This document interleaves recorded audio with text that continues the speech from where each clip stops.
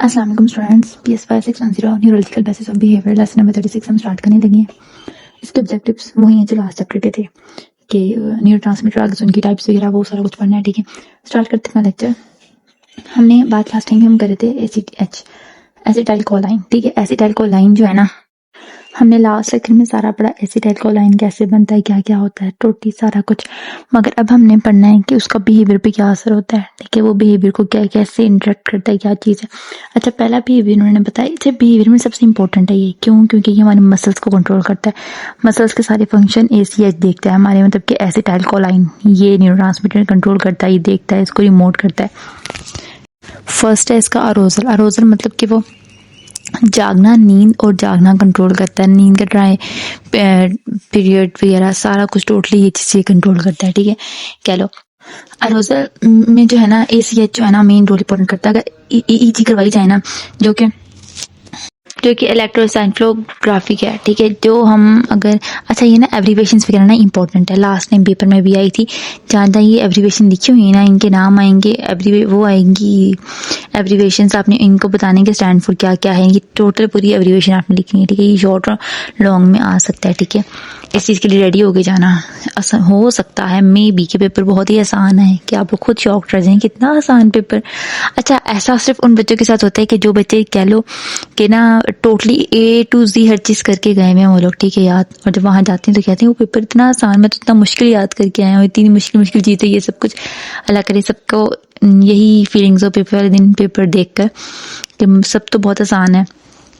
अच्छा, रोजन में किस तरह ये करता है, कह लो कि ना ये EEG करवाई जाए, अगर ACH इंजेक्ट कर दिया जाए ब्रेन में तो EEG करवाई जाए तो वो हाई आएगी। ठीक है, मतलब मीन्स के ब्रेन की एक्टिविटी वगैरह कह लो कि टोटली निज़ाम एक्टिव आएगा। ठीक है, अगर ACH नहीं होगा ब्रेन में तो क्या EEG करवाओ तो वो स्लो आएगी, मगर ACG हमें एक्टिव और ब्रेन को एक्टिव कह लो, और कह लो कि ना तेज और फास्ट और हाइपर करता है। ठीक है, ये चीज़ें। नेक्स्ट ड्रिंकिंग हमारे जब हमें पानी प्यास है ना, ये सिग्नल्स जो है वो ACH की तरफ से आता है।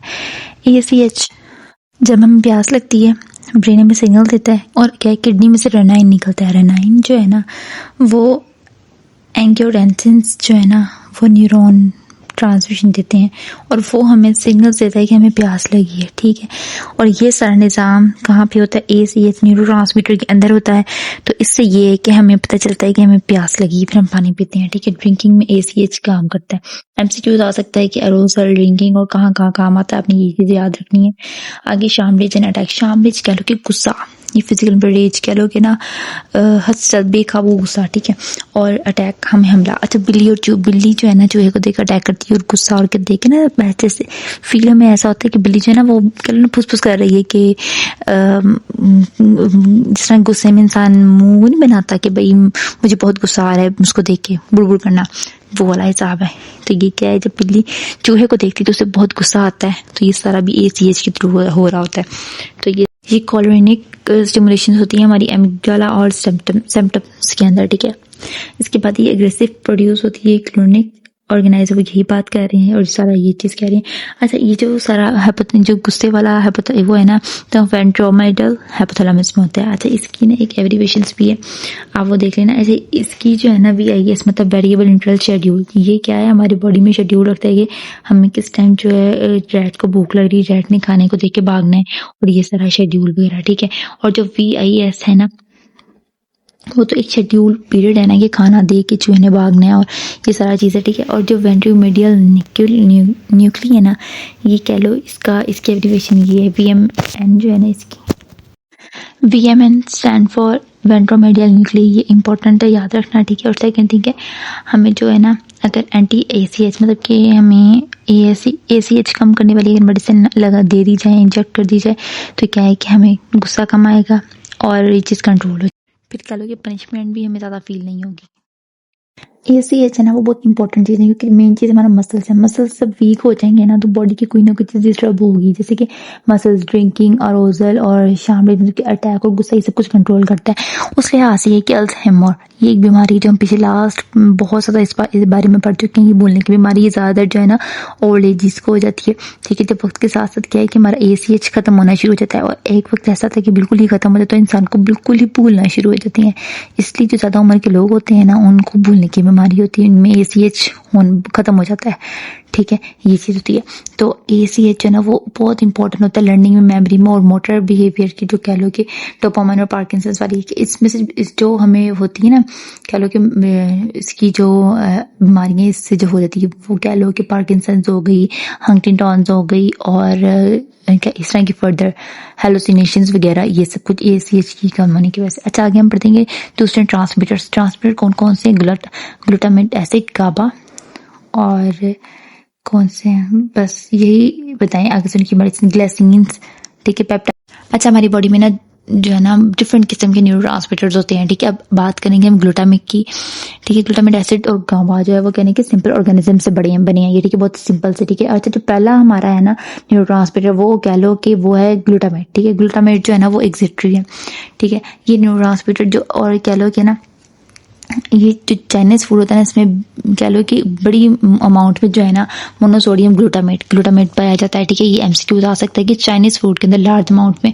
मोनोसोडियम ग्लूटामेट होता है, और उसकी ग्लूटामेट के अंदर 3 रिसेप्टर्स होते हैं, NMD और कोइस्कोलेट्स एंड कैनाइट रिसेप्टर्स, ठीक है। अभी अब बस इतना नाम याद रखें, अगर आगे मजीद इन चैप्टर्स में डिटेल इसकी हुई तो हम पढ़ लेंगे, वरना फर्दर इसके बस आप नाम याद रखें। ये चीज़ याद रखनी कि ग्लूटामेट के अंदर 3 रिसेप्टर्स होते हैं, NMDA और कोइस्कोलेट और कैनाइट मोनोसोडियम ग्लूटामेट लास्ट में, ठीक है। NMDA की यहाँ पे एब्रीविएशंस वगैरह कुछ भी नहीं लिखा हुआ, आपने बस NMDA याद करना है, और बाकी कोई स्कोलेट और कैनाइट रिसेप्टर्स। आगे हम पढ़ते हैं गाबा अमाइनो एसिड। इसकी जो एब्रीविएशन है ना, ये एब्रीविएशंस बहुत इंपॉर्टेंट है, आ सकती हैं, ठीक है। गाबा मतलब gamma amino butyric acid, gamma amino butyric acid, ठीक है। ये जो इसकी, अच्छा, इसका जो है ना जो सिंथेसाइज हुई थी ना, वो कह लो कि 1883 में हुई थी। बस ये एक चीज़ डेट आई हुई है, वो आप देख लें, फिर इससे पहले 1 या 2 आई थी, वो आप देख लें, जस्ट इतनी, ठीक है। अच्छी मेटाबॉलिक सिस्टम में जो है ना प्लांट्स और मेटाबॉलिक थ्रू से पाई जाती हैं, ठीक है ये। अच्छा, और मेमेलियन के ब्रेन में, मेमेलियन कह लो कि वो जो दूध देने वाले और बच्चे पैदा करते हैं, ठीक है, वो अंडे भी देते हैं और दूध भी देते हैं, उनको मेमेलियन कहते हैं। और वो जो 1950 में, ये हम फर्दर डिटेल में पीछे पढ़ चुकी हैं अपने फाइनल मिड टर्म में, ठीक है।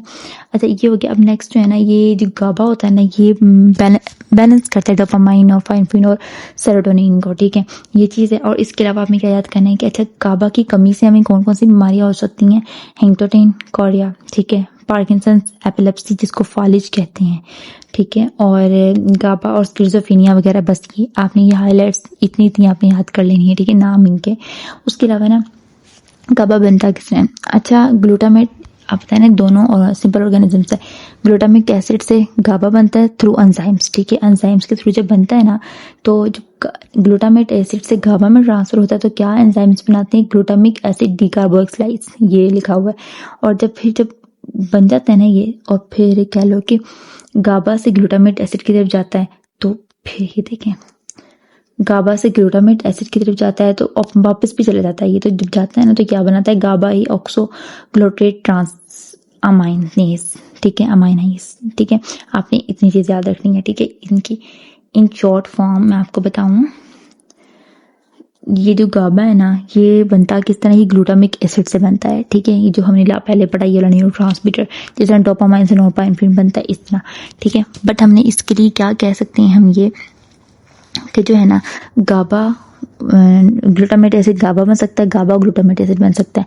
तो इनमें जो एंजाइम्स होते हैं ना, वो एंजाइम जब गाबा से ग्लूटामेट में ट्रांसफर होता है तो ग्लूटामिक एसिड डीकार्बोक्सिलेज, ठीक है। और अगर जब है ना कि गाबा से ग्लूटामेट एसिड की तरफ, तो फिर कह लो गाबा ए ऑक्सोकोलेट ग्लूटेट ट्रांसएमाइनाइज, ठीक है। ये जो है ना, ये एंजाइम्स के नेम है जो इनको ट्रांसफर करके जब इनका मटेरियल तोड़-फोड़ करके, कहते हैं ना कि एंजाइम्स का काम होता है तोड़-फोड़ देना, डिफरेंट पोजीशंस में ले जाना, तो वो वही काम है, ठीक है।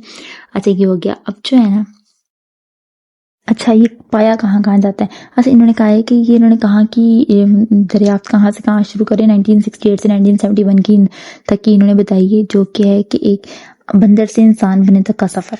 ठीक है, इस सफ़र के दौरान से इन्होंने जो दरियाफ्त की हैं उससे ये साबित हुआ है कि जो है ना कहाँ कहाँ पाया जाता है, सब्सटेंशियल निग्रा, ग्लोबस पेडुलस, हाइपोथैलेमस, यहाँ पाया जाता है ये। ठीक है, अब हम इसकी एगोनिस्ट और एंटागोनिस्ट, एगोनिस्ट वो दवाइयाँ जो बढ़ाती हैं, जो भी हम चीज़ पढ़ रहे हैं, ठीक है, और एंटागोनिस्ट जो कम करती है। ठीक है, इनमें एक मेडिसिन का नाम लिया गया है। अच्छा, एक मेन चीज़ बताऊं, जो ग्लूटामेट एसिड होता है ना वो ब्रेन को एक्टिव करता है, और जो गाबा होता है ना ब्रेन को काम कर देता है, मतलब कि पुरसुकून, तसल्ली बख्शी इस तरह कर देता है। ठीक है, ये चीज़ इंपॉर्टेंट है, याद रखना। ग्लूटामेट एसिड एक्टिव करता है ब्रेन को, और गाबा जो है ना कह लो वो काम पुरसुकून कर देता है। ठीक है, अच्छा, अब एगोनिस्ट जो है ना वो इन्होंने एक मिनट से बताई है, मुस्किमिल। ठीक है, मुस्किमिल ये लिखा हुआ है। ठीक है, मुस्किमिल ये जो है ना ब्रेन, ये हमारी गाबा को बढ़ा देगी। ठीक है, और आगे जो है ना एगोनिस्ट, इसमें इन्होंने दो बताई हुई हैं, एक कह लो वैलियम और लिब्रियम। ये फर्स्ट हम बात करते हैं पिक्रोटॉक्सिन एंड बिकोकोलिन। ठीक है, ये क्या करती हैं, एंटागोनिस्ट हैं, ये जो है ना गाबा को कम करती है, जिससे क्या है एनर्जिटी कम होती है। ठीक है, टेंशन वगैरह कम होती है, और वैलियम इसकी जगह यूज कर सकते हैं। ठीक है, आगे नेक्स्ट हम देखते हैं, आगे ग्लाइसिन। ग्लाइसिन इनहिबिटरी न्यूरोट्रांसमीटर, ये आपने याद रखना है कौन सा इनहिबिटरी और कौन सा एक्सिटरी है। ग्लाइसिन इनहिबिटरी है, गाबा भी इनहिबिटरी है, और जो सा है ना ग्लूटामेट वो एक्सिटरी है।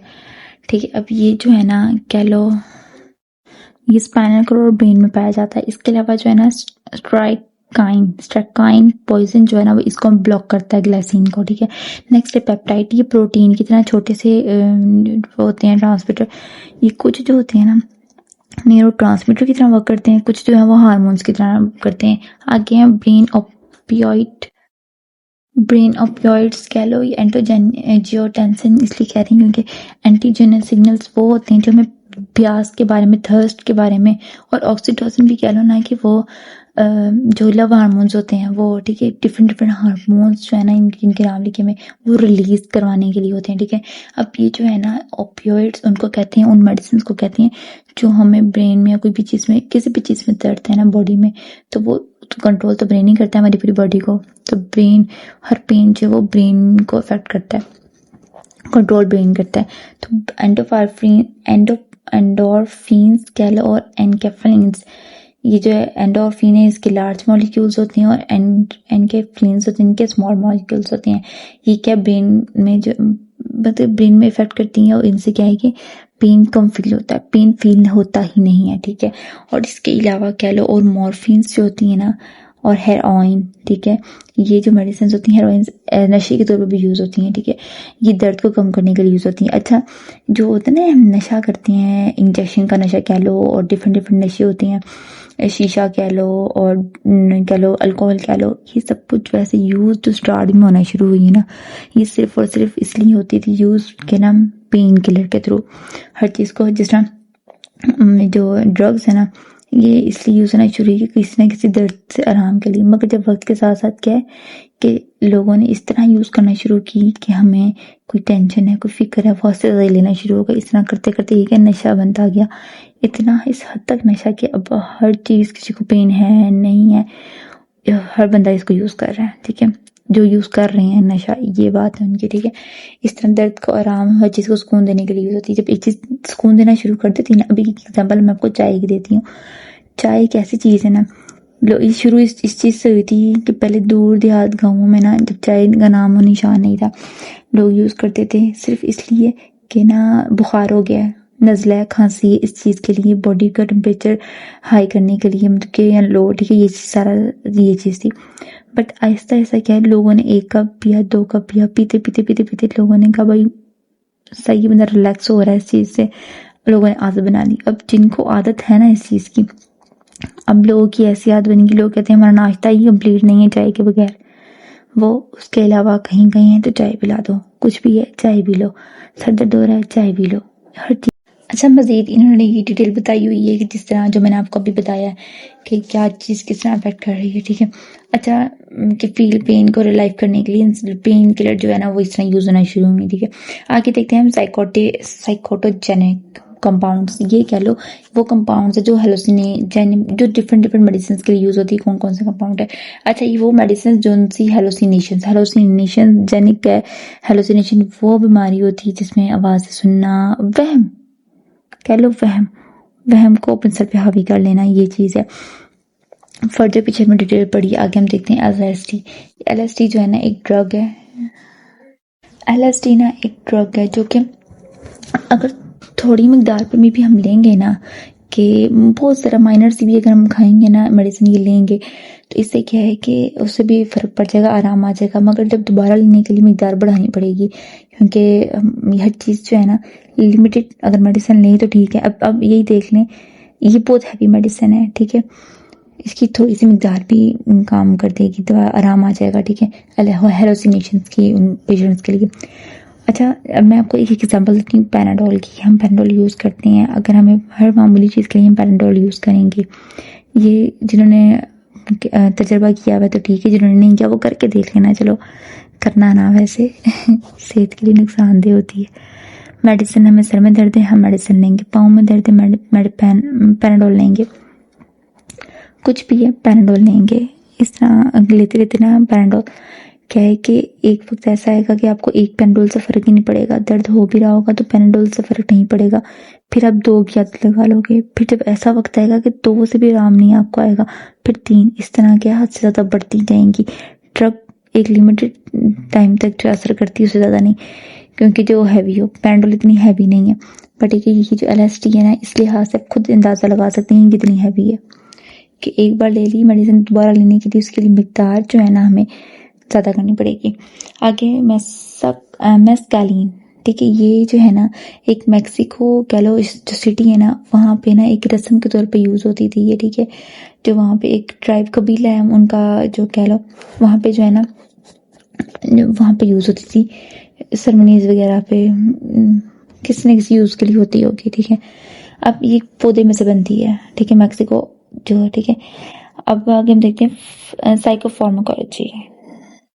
अच्छा, ये वो साइंस कह लो, ये वो साइंस जिसमें ड्रग्स के बारे में और बिहेवियर के बारे में असर पढ़ना होता है। जब भी हम पढ़ रहे थे ना कि ये दवा इसको असर करती है, ये दवा इसको असर करती है, ASCH के लिए ये वाली, उस दवा उस चीज़ के लिए, ये सब कुछ क्या है, साइकोफार्माकोलॉजी है, स्टडी करना ड्रग्स और बिहेवियर के बारे में, उनका रिलेशन वगैरह, ठीक है। एक जो है ना कोई भी अगर दवाएं, कोई भी चीज़ जो है ना, अगर कोई हम किसी चीज़ के लिए ले रहे हैं, पेन किलर या किसी चीज़ के लिए, अगर वो न्यूरोट्रांसमीटर ठीक करती है ना, तो वो क्या परमानेंट दवा बन जाती है, ठीक है, वो परमानेंट इलाज ठीक भी कर देती है, फिर दोबारा वो मर्ज ना हो, ठीक है। तो इसलिए जो कह लो कि ना कोई भी दवा लेने बनने से पहले क्या है, लैब में टेस्ट वगैरह होते भी और होने भी चाहिए, ठीक है। ये हमारा लेक्चर था। नेक्स्ट अब हम देखते हैं इनके MCQs। अच्छा, MCQs के अलावा जो मैंने एक ना टेबल बनाया था ताकि आपको याद रहे मेडिसिन के नाम। एट्रोपाइन जो है ना एंटीक्लोनिक के लिए यूज़ होती है, ACH को ब्लॉक करती है। THA ये जो है ना मेमोरी तेज करने के लिए, एसिड बढ़ाने के लिए होती है। म्यूस्क्योमल रोजर हमने पढ़ी थी ना, गाबा का एगोनिस्ट है। ये पिक्रोटॉक्सिन जो है ना, ये टेंशन वगैरह में लेने के लिए, टेंशन को कम करने के लिए कह लो ये होती हैं, ये एंटागोनिस्ट है। आगे लिखा हुआ है कौन सी एगोनिस्ट और कौन सी एंटागोनिस्ट है, आपने अच्छे से याद करनी है। मेडिसिन के नाम जो सिर्फ इस चैप्टर में है, वैलियम, एंटी एनेक्सिटी, गाबा सिस्टम। अच्छा, इनके स्क्रीनशॉट लेके रख लिया करें, लास्ट ही पढ़ के जाया करें पेपर से एक दिन पहले। स्ट्राइकाइनिक पॉइजन जी ग्लाइसिन ब्लॉक करती है, ठीक है, हमने वो ग्लाइसिन की पैराग्राफ में ही पढ़ा था। मॉर्फिन पेन किलर ऑपियोइड से, ये क्या है, मॉर्फिन ऑपियोइड कहीं भी आ जाए, पेन किलर को कम करने के लिए पेन किलर होती है। LSD हेलोसिजन, ये सेरोटोनिन सिस्टम में आती है। ACH हमें हेलुसिनेशन, हमें ACH की कमी की वजह से होता है ना, तो इसको सिस्टम को ठीक करने के लिए। मेस्कालीन भी हेलुसिजेनिक सेरोटोनिन है। अब इनके MCQs देख लेते हैं। ACH is mainly involved in functions, arousal and attention. Which part of the brain is involved in punishment response with ACH? Ventromedial nuclei VMN. Alzheimer's disease is related to deficiency of which neurotransmitter ACH? Physiostigmine and THS are used. Alzheimer is to increase ACH in synapse. ये sorry last chapter second last में भी पढ़ा है ना, उसमें से आया, ये मिसप्लेस हो गया। which is the most efficient excitatory neurotransmitter glutamate.